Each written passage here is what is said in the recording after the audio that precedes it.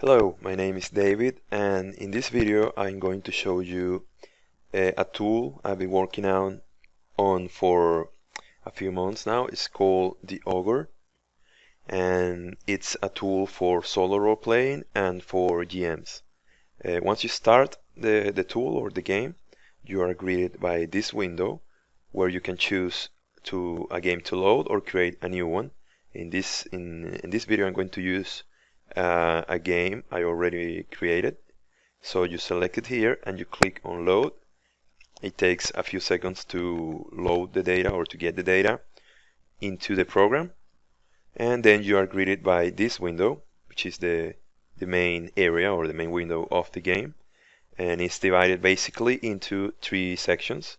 This one is obviously the map, and the map you can click to add or to mark where you are currently in the world where your character is. And you can also change the map. I will show you that later in the video. This one is the Game Explorer, and you can view the different aspects and data in your game. For example, if we go to tables, you can see these are the Iron Sword tables, the tables from the rulebook. You can click on any of them. For example, let's make a character. So you got all the tables. You do the role of the character is a forager. He wants to advance his status. He's obsessed, and his disposition is threatening, and the name is Kia. So it's all here, all accessible, and I think easy to use. You can filter them with this. So if you click somewhere, it takes you to the tables that are tagged for character. If you click again here, it goes back to the whole section. If you go back here, you go back to the main panel, and there are, for example, you get the assets, all the assets from Iron Sword are here. You can also filter them, for example, for paths or rituals. Okay, you go back. You can see portraits for your characters here. You can filter them by age, by race. These are all human. By sex, male, female. And you can also see the foes from the game. These here are from Iron Sword. And for example, you got the broken, the common folk. You can sort them by the type. For example, horrors. And then you can sort them by challenge. Let's say you want dangerous foes. It's only the Bone Walker, or an epic one, which there isn't, or formidable, which is the Frostbound or the Hunt. And okay, you can also this tab right here is supposed to be the rules tab, or the basic things that exist in your game, like the things you get from rule books or assets, or that you can add to your characters, or the portraits that you can load pictures from your computer and put them here and then use them to add to any of your characters. So this is I call like the rule tab or the rule section. And here is the world section. Here you can see the characters that are within the game. You can create a new character and play with him or she. And this one right here is for the character that you have selected currently in this area, which is the character selector. You can here you had all the moves from Iron Sword. From the right here, you can filter them. You can do combat moves, and you click, and you get the text for that particular move. So it's accessible and it's easy to use. This area here is the character area, and it's the main area you would use to play Iron Sword, or yes, with Iron Sword. And you can see here you can change the character by clicking on his portrait or her portrait if it was a woman, and you got the stats for that particular character. You go here, the stats are different. for Myrick, and for this character, for Krell, the stats are also different. You roll by clicking on the icon for the stat. So right now it's a miss. You just click again, strong hit, because it's below the 7. And this is the dice roller. This is the D6. Then you got the stat. So in this case we were rolling with edge, so it's a 1. If we were rolling with iron, it would be a 3. And here this is add, so you can add bonuses to your roll. So you can add a +1. If you're making a move that tells you to add a +1, you would add 1 here. You can also do negatives here. You increase by doing a left click or a right click. All the numbers here are changed by doing left click or right click. So you can even do negatives here. You go below, or you go anything you want. Let's leave it at 0. So okay, here's the roll, and here's your momentum track. So say right now you have 4. So if you wouldn't do anything. So if you go above, let's say your momentum is actually 8, and you burn it, now they both go to 0, and it's a strong hit. And let's roll again. And again, okay, so double. Okay, if you burn now, because it's just these are 9, obviously it's not gonna do anything. You can increase or decrease the reset value and the max value. You can go above the limit in the character sheet. You can go below. You can go put any number below. It's up to you. And the experience. This is the experience track. You change it with the mouse, doing left or right click. So you go above, you go below, and basically this is each time you use your experience to acquire an asset or improve an asset, you should mark here. So you spend 1 experience or 2 experience, and well, now you have 0 experience free. The attributes, you can change the attributes. For example, let's say you don't want edge, you want something else. You want to call it say you want to call it dex. You change the name here, and you can change the value here, or you can change it here. So you click save. You can also change the icon dex, so it's 1. Now it's called dex. And you can also delete attributes from your character. For example, right now it has wealth, which is it comes from one of the assets. And in Iron Sword, if you were playing Iron Sword, you would mark on the asset. Here you can just add it directly to your character, and say you don't want to play with wealth. You can simply hit delete. It will ask you if you want to do it. Are you sure? Yes. Now you are not tracking wealth. You can add anything you want. Let's add something else. You go to edit your character. You can delete the attributes from here, but to add an attribute, you have to edit the character. So you do a right click, and you go to edit. And here you see the attributes. You click to add a new one. You click add. And let's say, I don't know. Let's say food, for example. Just something random. Food. Okay. And let's say the value is the initial value is 1. Now, if you want to change the icon, you click here, and this will open. Let you select an icon. You can use any images you want, as long as they are inside the folder for the game, which is sorry, I'm going to show you quickly, which is right here. You can put this folder anywhere you want in your computer, but the images you want to load into the game have to be here.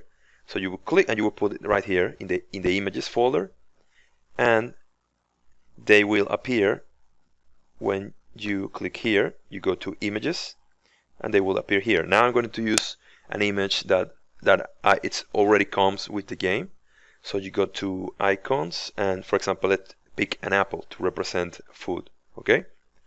So here's the icon. Let's put the name again. Food. Say initial value is 1. You hit save. It gets added right here into the character selector, or the character area. You hit save, and that's it. Now you got a new track. As you can imagine, you can use this for anything you want. You can track anything you want. And I'm gonna delete this one right now. Okay, oh, that's done. What else? In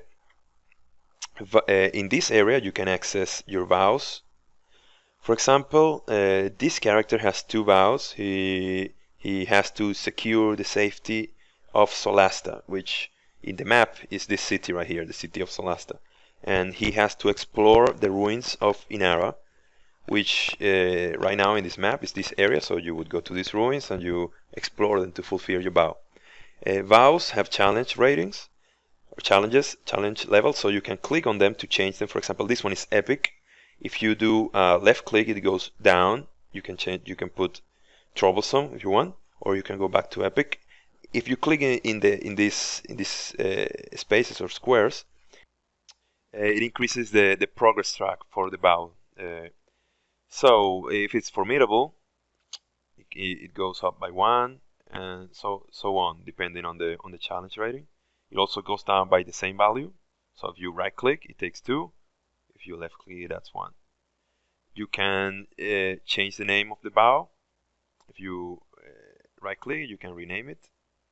Anything you write here, it's going to change. So I'm just going to do example. Change the name. You can also roll directly from here. Let's do this one. If you click here with the left mouse button, it rolls for progress. It doesn't add anything because it's a progress roll. And you only have 2 fully marked squares, so it's 2, and it's a miss. If you want to add a new bow, you click on this button, the plus or the add button, and you write the name, example 2, and here it is. By default, it goes down to the last one, but you can go up or down with the mouse wheel or using these arrows right here. The bonds. Here you can track bonds for your character. So this one, Krell, right now has only 2 bonds. One is to Myrick, which is this character right here, and another to a settlement named Rockfall.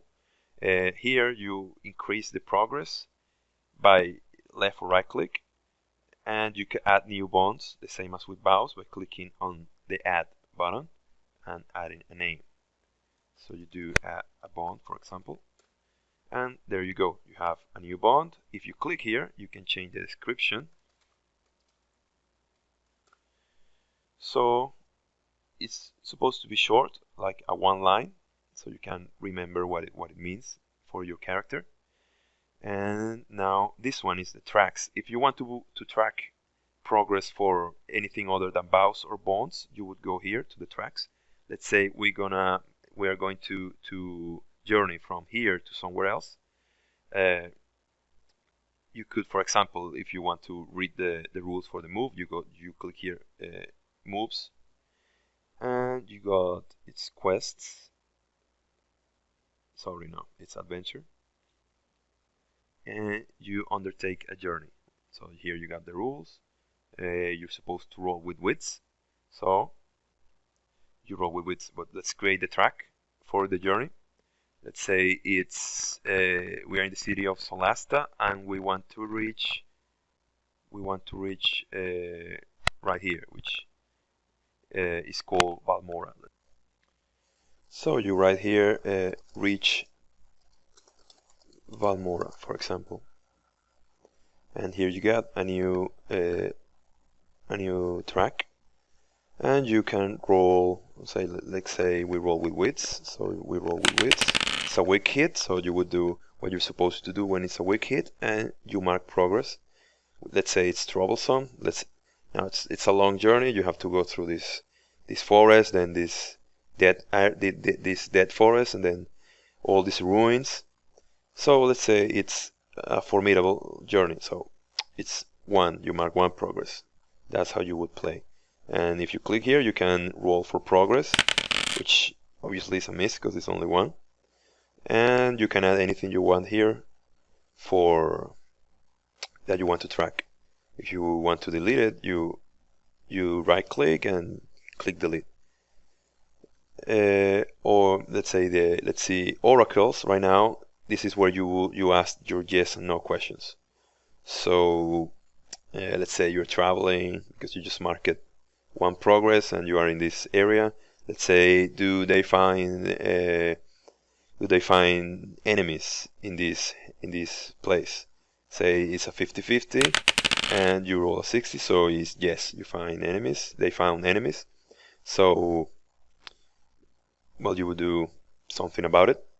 And now combat. Let's say you found enemies and you have to fight. So if you want to do combat, you click here. This is the combat window. It would be, or the combat scene. Right now it's empty. Now you want to add foes to it. You go right here to the rules tab on the game explorer, and here you can see the foes in the game. These ones are from Ironsworn. Let's say they find something basic. They find broken. So you do right click and you add it to Krell's fight. Krell is this character which you have selected, and this is his fight. So you add it to the fight, and it appears right here. And this one is troublesome, so it automatically sets the rank of the encounter as troublesome. You can add more. For example, let's say he is with a hunter. So you click here again, you add as a hunter, and now it goes up to dangerous. You can increase this if you want. Let's say now, so there are two now. Let's say it's formidable, maybe. It's up to you. And here you said if you have the initiative or not. So you would normally do the enter the fray move, but now I'm gonna say you start with initiative, so it's yes. So now you know that you have the initiative and you make moves according to that. Here you can set the harm done by your weapon. By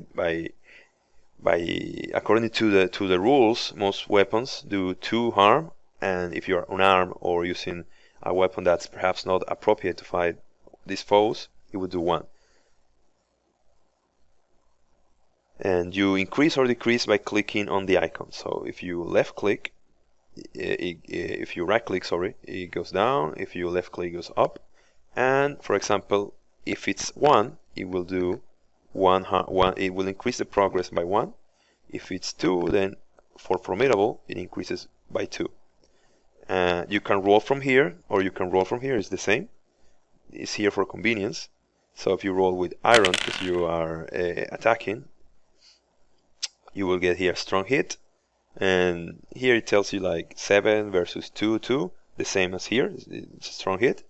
And you would do, well, here you would add to this. And basically you do whatever you want, what you would normally do playing Ironsworn. And you can also, for example, let's say that the way you're playing is when you reach this milestone, this one is out of the fight or dead. So you do right click and you hit and you click remove. It's out. And now let's say you're fighting against this one and you want to see its stats or the foe card, let's call it. So you can click right here and this will appear. It's from the rulebook of Ironsworn. You can see its features, same as the same as in the rulebook. And if you click here, you can also see its description. You can even edit it if you want. You can write anything you want here, and you click save, and then this description will change for this foe. So let's say I write a hunter. It's just something to write. You click save, and now when you open again, it's there, and it's gonna be there every time you play the game and load this foe into the game. Okay, let's close this. You can also see the back of the cards. I call them cards, so you can see the back of the cards. This is like the flip button. So here you can see the same stats right here from the Game Explorer. And let's say you want to change the picture of this particular foe. it's completely customizable. That's one of the features that I wanted to add to the program, that you can change anything you want and add anything you want. So you do right click and you hit edit. This window, it lets you change everything about the character. For example, you can change the name. Let's say instead of broken, it's a berserker, for example, and it changes right here. And you can change. You could change this icon, or you can change the image for the character. Let's do that. And again, it would be something you put in the images, or in this case, I'm using the images I chose to add to these characters are silhouettes, because I think that they are evocative, but at the same time they make you think about the details of the foe, because the image is black, so you have to imagine it. But let's say you want to add color to it. For this module, or for the Ironsworn foes, I'm gonna talk more about modules later in the video, so bear with me. I added the pictures with the black silhouette and in full color. So if you want to add the one in color, you will go to this folder called mods, and here Ironsworn foes, assets, and here you go, he's the broken. So this is the one currently on the foe, and this one is full color. So you select and you click open, and it changes. Now it's full color, and it's called Berserker because you change the name here. So we hit save, and it loads. It will load again, and now it's full color. You can do this almost all of the foes for the Ironsworn foes module have both black silhouette and full color images that you can load, or you can download an image you want. Let's do that so you see how it's done.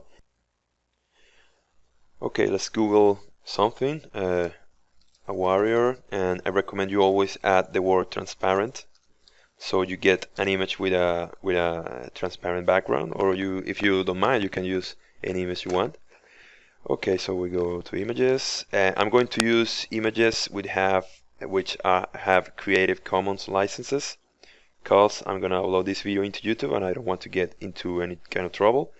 But since you're gonna use it for yourself, you could use any of these images, which you can find hundreds and hundreds online on pretty much anything you want.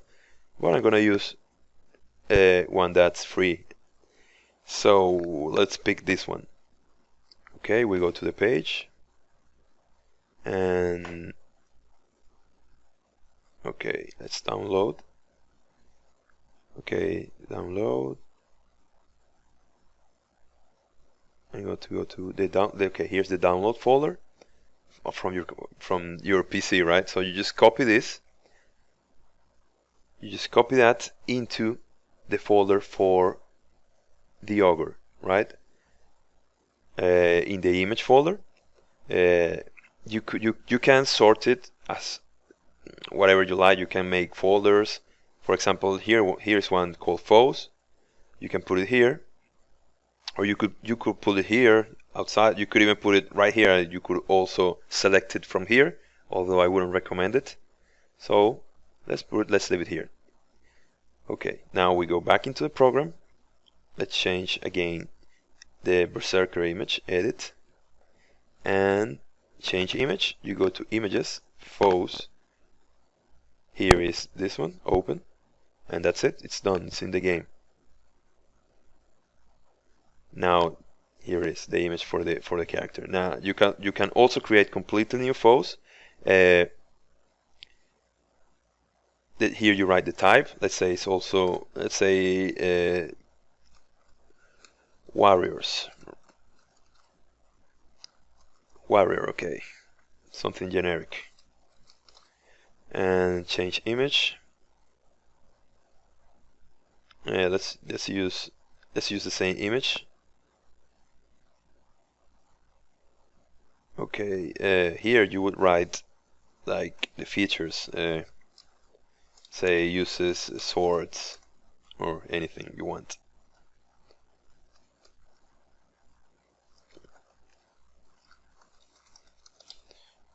Same, you can do it here, here, anything you want.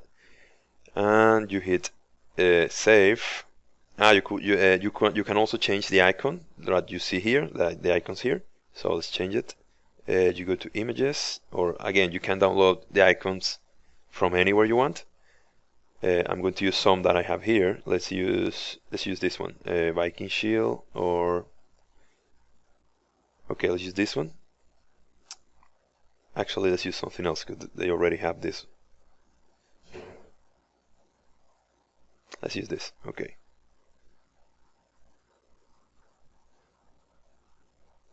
Okay, so you go to types, and you go to warriors, and there it is, a new fold you can use in the game that you just made. Here you click and you write this. You can change you can add a description. You click here, you see what you wrote. You can edit it again, change anything you want, the image, the icon. You can even add more tags here. This I hadn't showed you before. This is the tag window. Here you add tags that then appear in this area. So for example, by default it comes with only two tags, challenge and type, but you can add anything.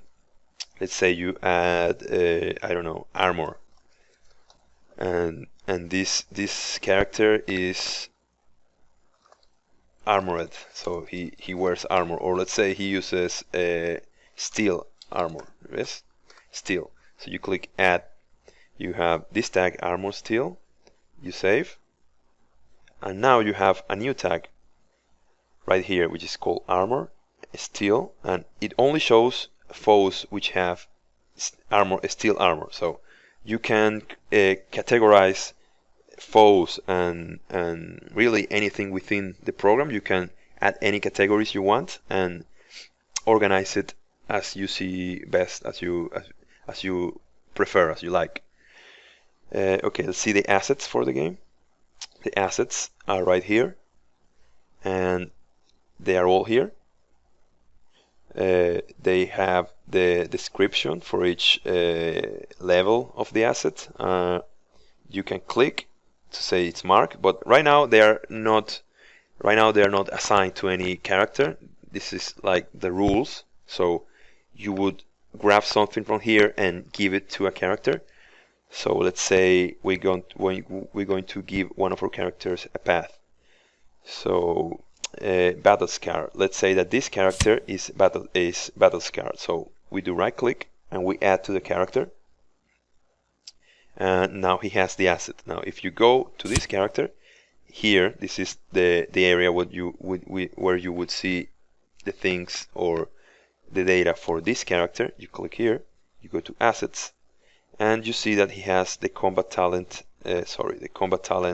battle scar.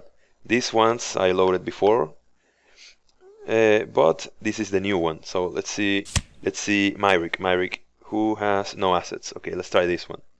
Let's add an asset to Myrick, path. So he's a mystic. So let's add the mystic path, which ritualist. Sorry. Okay, the ritualist path. And okay, we add it to the character. Also, the game explorer in this area is rather small. If you want to open it in a larger window, you click F1 on your keyboard, and this will open up. So you can click the assets here, and you go to path again. So it's easier to find what you're looking for. So you go, let's say again, ritualist. Okay. And you assign to character Myrick. Okay, it's done. You can check it from here, from this window, instead of going back here. So you go again to the assets for Myrick, and you see it right here. But I think that for playing, it's actually better to use the window below, because now you go here and you go to assets, and you have it right next to the character area where you actually roll, and it's easy to read. So in my opinion, it's better. Let's add another asset. Again, I'll open the big window here. Let's add a companion, and I want to show you something that I think is unique that you can do with the program is that you can add tracks to each asset. So you see, for example, this cave lion has health, which is standard for all companions, but it can also have iron and edge. So let's say maybe this guy, this person is a ritualist, so maybe he has a giant spider. So add to character Myrick. So here it is. Let's say you want to give it another track. You edit it, and you here you can change, like with foes, you can change anything you want. You can change the icon. For example, here where it says label name, you would write the name of for this spider. So let's say spider, or let's try something else. Let's say I don't know, corn. Okay, if you want to add to the track, let's say add. Let's say let's put edge here. The edge, because it's a spider, I suppose it's fast. It should attack with edge instead of iron. So let's add something that resembles that. That to me it seems like it has to do with edge more than other stats. So that's why I usually use the bow and arrow. But you can put anything you want here. So open. Okay, let's say edge, and say for the spider it's 3 maybe. You click save, and now the spider has an edge track. So you hit save. You have to always remember to click save. If you click close, the change is not gonna appear down here. So you click save, and you got the spider. Now you can roll with these stats, and they get reflected in the dice roller. You can change the stat, and it has nothing to do with your character stat. And you can change the health. You can roll with the health, or anything you want. You can edit it from here or delete it. And also, once you assign it to a player or a character, it has nothing to do with the assets that are in this area, like the rules.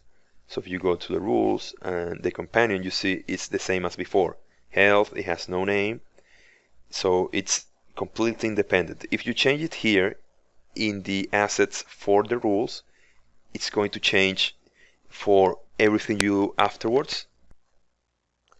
For example, let's say I want to add another attribute to the giant spider. So I would do edit here. And this is something that you have to keep in mind, that the Explorer window is always on top of everything else. So when you open the edit window for this asset from here, it's going to be behind from this Explorer window. So you have to keep that in mind, or it could happen that you perhaps click and you think that there's a problem when actually something happened behind the window. So it's something that you have to keep in mind. But also it has a lot of advantages, because if you have two screens, you can just put the Explorer on your second screen, and you can change everything from there and have all this area free. So that's why I made it work that way. So you have those two options. Okay, so let's put this here. So I was saying that I want to add another attribute for the spider, but in the rules assets, and that it's not going to affect the one that is already assigned to the character. For example, see that this one has a name and this one hasn't and doesn't have the stat. So I can add something else. Let's say that this one does use iron. For whatever reason you decide that spiders attack with iron. So let's click save, and we save. And now all spiders that you add from now on are going to have the iron stat, but the one that we assigned previous to that is not going to have that, because it's completely different. And something else, if you click here, it gets marked and it saves that state for this level of the asset. So that's how you would improve your assets. Say you always start with one asset, with one level marked. But if you spend experience, say you got 2 experience and you spend 1, and then you add this one. So that's how you would do it if you were playing. I think I have to show you how the map works, or how to change it. Right now the map allows you to every time you click, the marker moves, and it's done to represent where you are within the world. If you want to change the map, you do right click and you click change map. As usual, you can put any image you want. Right now the map feature is really a showcase of what I want to do in the future. So the images you have to use, the images that you want to use, they have to be not a specific size, but the aspect ratio should be something similar to this one. Like they have to be wider than rather than taller. So they will all fit inside the window, but so they fit nicely. They look good. So let's add some of the maps I have here. So let's say the map for the Ironlands, right? So this one is the map for the Ironlands, but I cut a section out so it fits nicely here, and you can play at the marker anywhere you want.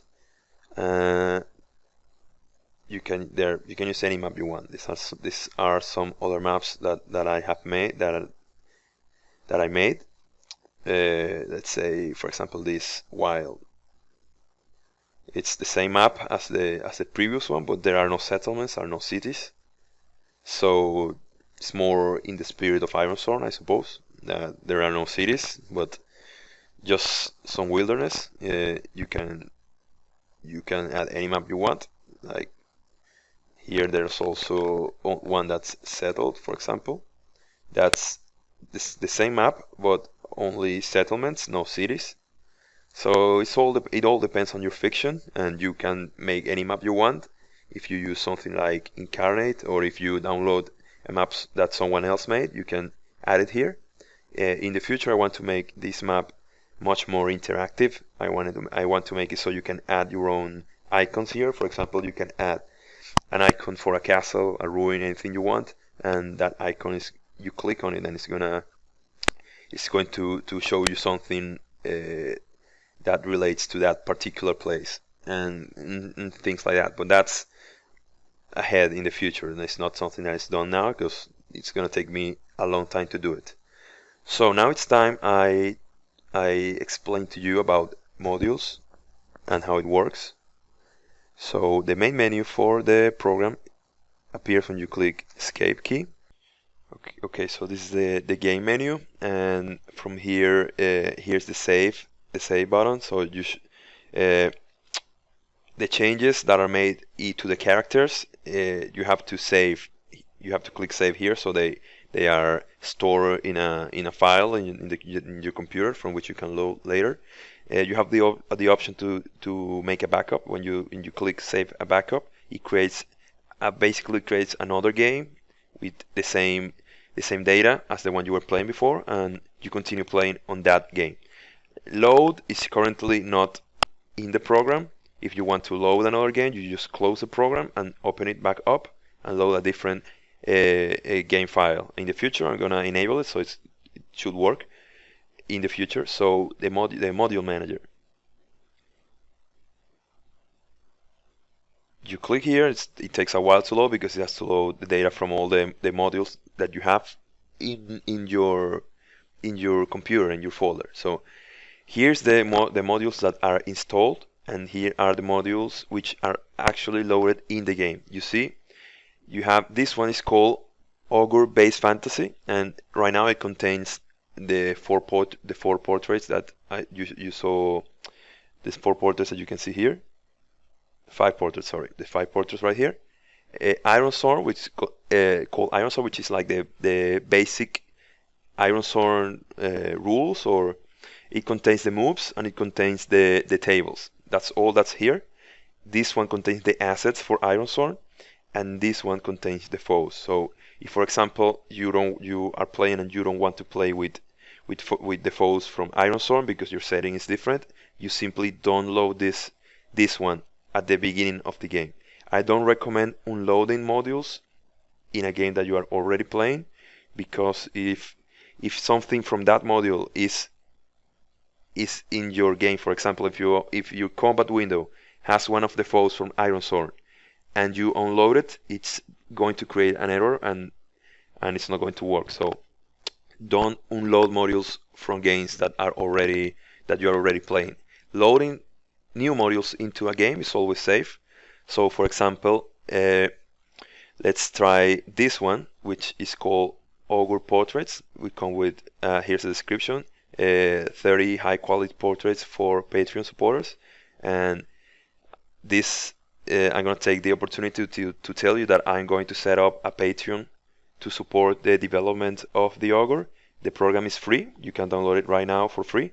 But I will have the option for Patreons to subscribe. And for those who subscribe, I'm going to release additional content in the form of modules, like this one, for example, which has portraits, and this one, for example, that has it's a setting I'm working on that you're also gonna get if you support the program on Patreon.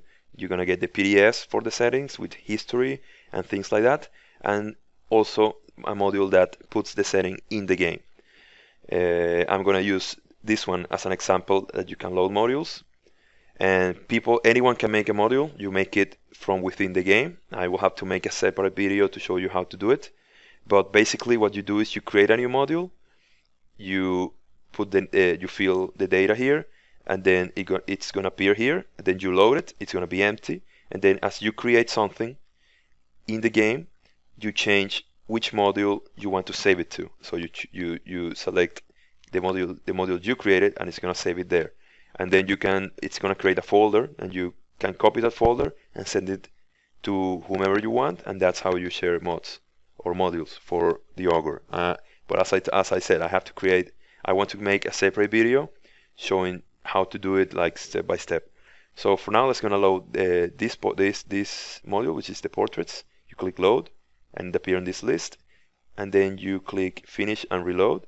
It takes a while, and you go again into the portrait. Now you see you had all these new portraits right here, and you can add them to your character. And by the way, to change the portrait of your character, you right click on any portrait. For example, let's change this one, and let's add one of the new ones. This one, for example, you do change Krell's portrait, and it's changed. That's it. You can add new portraits, of course. It's not like you have to subscribe to get new portraits. The same as before, you simply click here, and you select from here. You select a portrait. In this case, this is the missing one that appears if you don't have one. And here you select the sex, so it's easier to filter. A race, which is human, elf, orc, whatever you want. And here's where you would choose which mode to give it to, or save it on. For example, you could save it in this one called the one I just loaded, or you create a new one and save it there. That's basically how making modules work. Okay, hit close. Let's load another mod.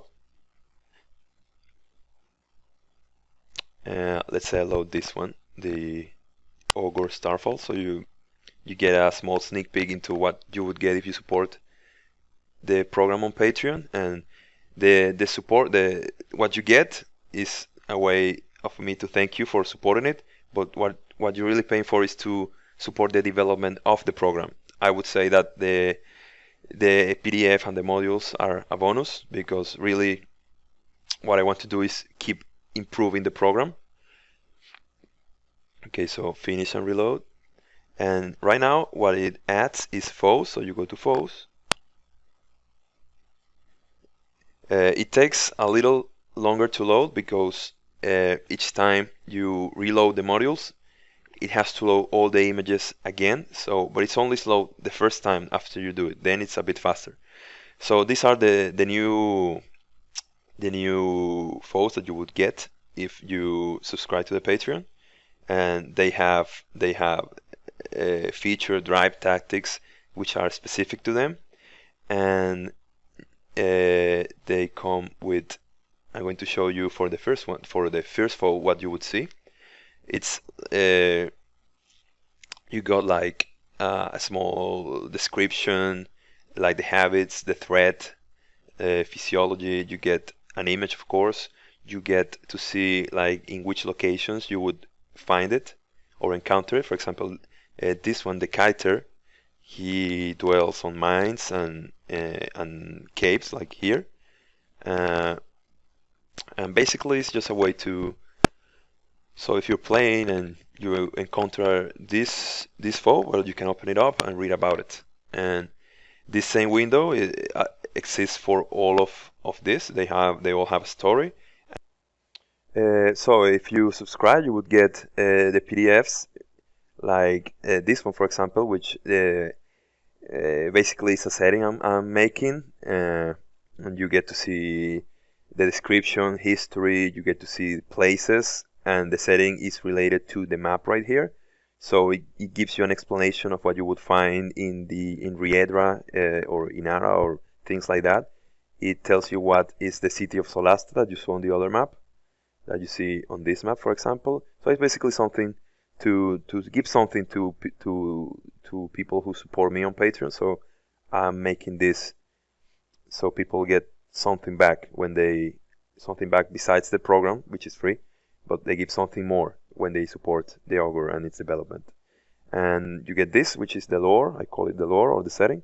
And you also get the foes in PDF. It's like I call it a tome of foes, where it's like the bestiary in other RPG systems. And you can access this from within the program, as I just showed you. And if you are interested in subscribing as a patron, you can do it by clicking here. It will take you to the page, and I will also encourage you to see the credits, so you see where I got some of the pictures. Also, the acknowledgement for Ironstorm, which is made by Sean Tompkins, and he is Sean Tompkins, and he wonderfully provided us with this game and allows us to make content for it. And that is pretty much it. And well, I haven't shown you how to make new characters, so I will do that before I finish. You go here to the player area and you click add. So when you create a new character, you cannot select the portrait from here. You have to make it to create him first, and then you add the portrait. To do that, let's change the name. Let's add any name here.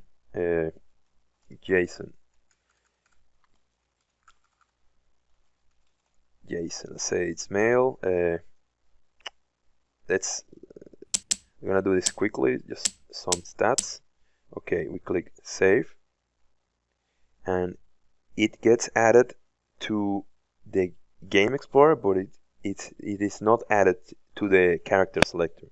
You have to add it first. You right click and you click add to selector, and then you click him, and he's now like the main character or the selected character. And now you can give him a portrait. You go here and you select any portrait and you hit change Jason's portrait, and now he's selected. You can get remove characters from the selector. If I click here and you hit delete, you click remove from the selector, he's out of the selector, but he is still right here. So you can add him again and remove anything you want and add them back again. So you can play with different characters, or play with a single character, or with multiple characters at the same time. And something else, this area where it says character, equipment, and inventory is not yet in the game. It's something that I want to expand. I want to give you the ability to wield weapons and armors, and you will have specific bonuses according to which weapon you are wielding, and you can you can add an image to the weapon, much similar that you can add images to everything. The same for inventory. You can carry different items, but this is like ideas I have for the future. And here on the character tab is where the abilities are going to be, because right now, as you might have noticed it, there are no abilities in the program yet, so it's something that I have to add later. And okay, something that I haven't shown you is how you would actually play, or how you would keep a record of what you do. The way I do it is I use OneNote. You can use any program you want, of course. So if I open OneNote here, and let's put it here to a side. That's the way I do it. Okay, we make it completely here. Okay, and let's minimize the game window here, for example. And now, if you want to, you can remove the character selector from here, so the Game Explorer is larger. You hit F3. When you hit F3, the character selector is gone.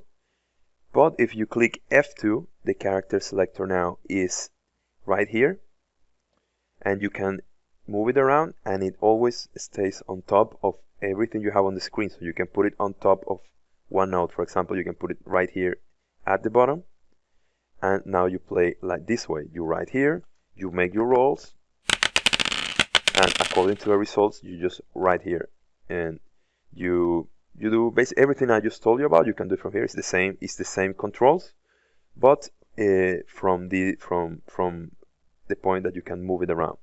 If you want to go back to the previous arrangement that you have, you click F4 and it gets loaded right here.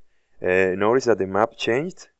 As I said before, this is something of an experimental feature, so you will have to load your map again, the one you were playing before, or keep using this one. So each time you change this, it's gonna reload to the basic map. This is something that I will change for the next release, of course, but right now that's the way it works. And that is all, I think, for the program that I just shown you, and I hope you like it. Again, it's free. You can download it from my Patreon page, but you don't have to subscribe to get it.